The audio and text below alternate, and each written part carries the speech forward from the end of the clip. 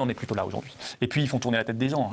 Ordre contre ordre, information contre information, désorientation générale. Là, il faut lire Hannah Arendt. Hannah Arendt qui dit, mais comment on fait pour faire peur à un peuple et pour le tenir? Il faut lui donner en permanence ordre et contre-ordre. Et au bout d'un moment, les gens ne comprennent plus rien, donc ils n'ont plus qu'un seul réflexe, c'est obéir. Voilà. Alors vous donnez efficace, un autre ordre dans votre livre, chapitre 10, révoltez-vous. C'est quoi? C'est un appel à la désobéissance civile? C'est un appel à la rébellion. Et je dis, la première des révoltes, c'est une révolte de l'intelligence. C'est aussi une révolte, l'intelligence. Au moment où L'intelligence devant les lois, elle ne fait pas le poids, je sais lequel. L'esprit critique, déjà. Non, vous savez, si chacun se réveillait avec un esprit critique et ne serait-ce qu'un bon sens, c'est déjà une forme de révolte. Et j'explique comment chaque révolte entraîne la suivante. La révolte de l'intelligence, c'est de dire, attendez, moi on me dit un truc, on m'a dit l'inverse il y a 3 mois, il y a un problème.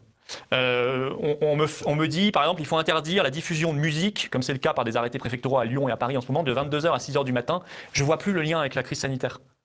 Bien sûr, si, parce que la musique, ça fait des rassemblements, donc c'est mauvais, ça permet de la contamination, etc. Oui, tout ça, ça s'appelle tirer par les cheveux. À ce moment-là, vous pouvez tout interdire. Vous pouvez tout interdire, parce que tout, à un moment, amène à une possible contamination. Mais il faut regarder, si vous voulez, sérieusement les choses.